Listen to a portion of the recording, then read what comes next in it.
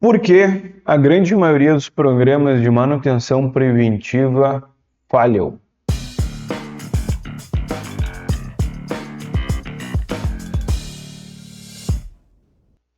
No começo do ano de 2025, eu li um artigo do Levitt, né, que é um escritor e muito conceituado no mundo da área de manutenção, né, e confiabilidade, etc., onde ele falava qual é a verdade, né, porque os programas de manutenção eles não são levados a cabo, né, porque eles não dão certo. E eu traduzi esse artigo e deixei lá também, está disponível lá dentro da comunidade do Clube da Manutenção, da nossa assinatura. E deixa eu só achar ele aqui, né? E trarei hoje para vocês justamente um pedacinho dele, vou discorrer um pouco sobre ele, né? Por que eles falham, né? Na visão do Levitt. E é importante a gente entender que programas de manutenção preventiva falham porque já começa por ter com esse nome, né? Programas, né? Porque um programa é uma coisa que tem início, meio e fim, né? E na realidade você precisa, claro que isso é uma questão também de semântica, né? Mas precisa adicionar um estilo de trabalho preventivo, né? Isso é o meu ver. Então, a maneira usual, né? Ele tá pensando, o que ele está partindo para o seguinte: quem quer instalar um programa de manutenção preventiva, né? Não estou falando de CMMS, estou falando de uma iniciativa geral de a gente sair da manutenção reativa e entrar numa manutenção proativa. Essa é a ideia, né? Então, todos os profissionais de manutenção desejam ter manutenção proativa em sua fábrica, mas a gerência de poucas empresas vai se esforçar e pagar. Então, aqui, dentro desse artigo do Levitt, né, do Joel Levitt, ele fala que você precisa de mais recursos, né, para conseguir fazer botar para rodar um programa de manutenção preventiva. Então, ele diz que um programa de manutenção preventiva, né, PM, pode levá-lo à manutenção proativa, mas sem recursos extras, você precisará de uma década de paciência e muita coragem. Então, o que ele está dizendo aqui é que você está dentro do ambiente reativo. Então, você está dentro de uma indústria, de uma planta industrial que falha e conserta. Esse falha e conserta, ou quebra e conserta, que nem a gente disse também, ele ocupa mais de 80% da tua mão de obra, ou do teu tempo, a gente poderia colocar dessa forma, né? Então, iniciar um programa de manutenção preventiva sem mão de obra extra é consertar um navio que está afundando. No fim das contas, ele ainda vai afundar. Então, o que ele está dizendo? Eu tenho uma mão de obra comprometida pela necessidade da planta rodar. Então, 80% da minha mão de obra está comprometida porque a demanda é criada pelas máquinas quando elas quebram. Então, elas quebram, cria demanda e minha mão de obra é consumida por isso. Legal? Se eu for iniciar um programa de manutenção preventiva, né, e aí não vamos esquecer que manutenção baseada na condição é um tipo de manutenção preventiva, né, que a gente está tentando prevenir falhas funcionais, e manutenção baseada em tempo é uma manutenção preventiva também, um plano de manutenção com intervalos pré-determinados. Quem que vai fazer esse serviço? Se 80% da minha mão de obra ou 80% do tempo as pessoas estão fazendo manutenções corretivas emergenciais e elas não vão desaparecer da noite para o dia.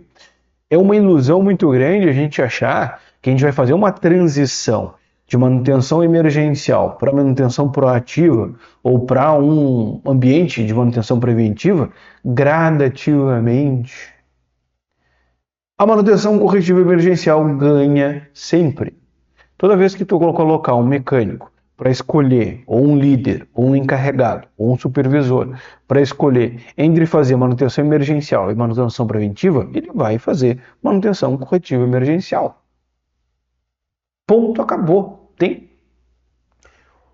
O que o Levit está dizendo é que para conseguir fazer essa mudança de manutenção reativa para manutenção proativa, né, você precisa de mais recurso.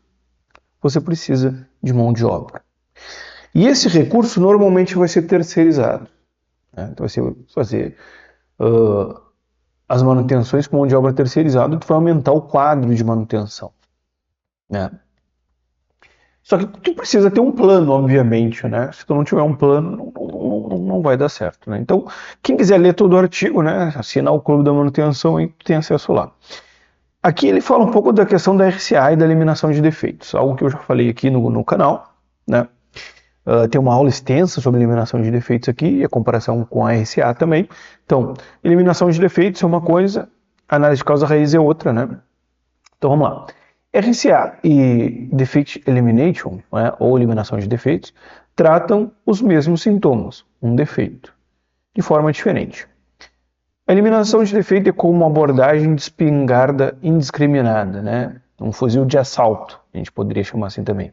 Ela trata quaisquer defeitos que caem em sua rede, sejam eles críticos ou não. RCA é como um rifle com mira laser, é uma técnica de precisão, ambas são necessárias. A eliminação de defeitos é uma espingarda, o RCA é um rifle com mira laser, ambos são necessários para consertar falhas para sempre. Né? Então, o que ele está dizendo é que a gente tem que usar tanto a estratégia da eliminação de defeitos como a estratégia de RCA. Né? Vão ser necessários. É interessante que ele coloca isso como solução, né? Também, né? Além do aumento da mão de obra, porque tu aumentar a mão de obra e começar um programa de manutenção preventiva, etc., tu vai ter uma diminuição do número de defeitos, né? Tu montar um plano de manutenção, tu botar de repente um departamento de inspeção, PDM, PM, né? Plano de manutenção preventiva, plano de manutenção preditiva, etc. Então tu vai começar a ter mais serviço para fazer, tu não vai ter menos. Tu vai ter os serviços corretivos, mais os serviços preventivos, mais os serviços condicionais. Então, o que a gente tem que tentar entender é que toda estratégia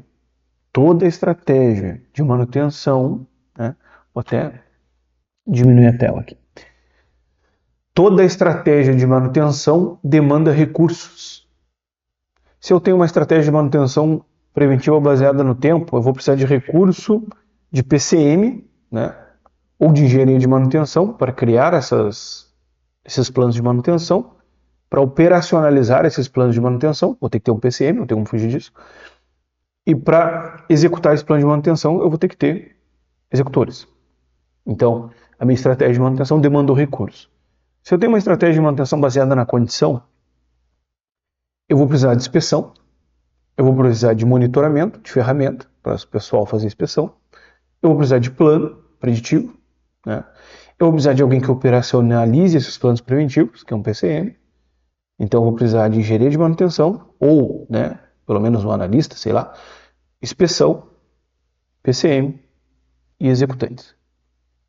Então, o pessoal que vai executar a manutenção preventiva baseada no tempo, talvez não vá conseguir executar a manutenção preventiva baseada na condição. Então, essa estratégia de manutenção demandou recursos. Se eu tiver dentro da minha estratégia de manutenção, trabalhar até a falha em alguns tipos de equipamentos, eu vou ter que ter pessoas para corrigir essas falhas. Então, se a minha planta vira 24 horas, eu vou ter que ter equipes de turno, eu vou ter que ter encarregados, supervisores, etc. Vai demandar recursos também.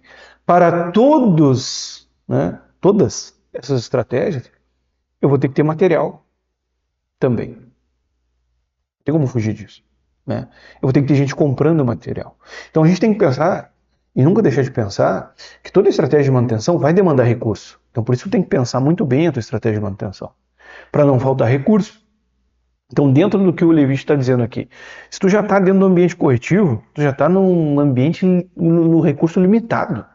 Tu já está com mão de obra própria, toda comprometida, de repente até com HH, né, de terceirizado, trabalhando, né, para dar manutenção corretiva também. Então, tu está num ambiente caótico, né? Só que para te sair desse ambiente caótico, tu vai precisar, num primeiro momento, de mais mão de obra, depois menos. Né? Então, aí que entra o papel dos overhaul, aí que entra o papel das reformas, aí que entra o papel das paradas programadas de linha, de máquina, de equipamento, e entra um monte de coisa que pode vir a solucionar o teu problema. Legal? Então, Dentro da assinatura do Clube da Manutenção, a gente tem artigos brasileiros, artigos indianos, artigos americanos, todos eles traduzidos, né, que tu tem acesso lá, tu consegue lê-los, baixá-los e imprimi-los. Ok? Vou trazer alguns aqui dentro do canal, né, do Clube da Manutenção, e se você se interessar e tiver, né, quiser acessar lá, né, conhecer, além desses artigos, tem aulas também dentro lá do Clube da Manutenção, é só clicar no link da bio aqui, né, ou no link da descrição, desculpa, né, que você vai ser direcionado para lá. Legal? Espero que você tenha gostado desse vídeo. Até o próximo, um abraço. Valeu, tchau, tchau.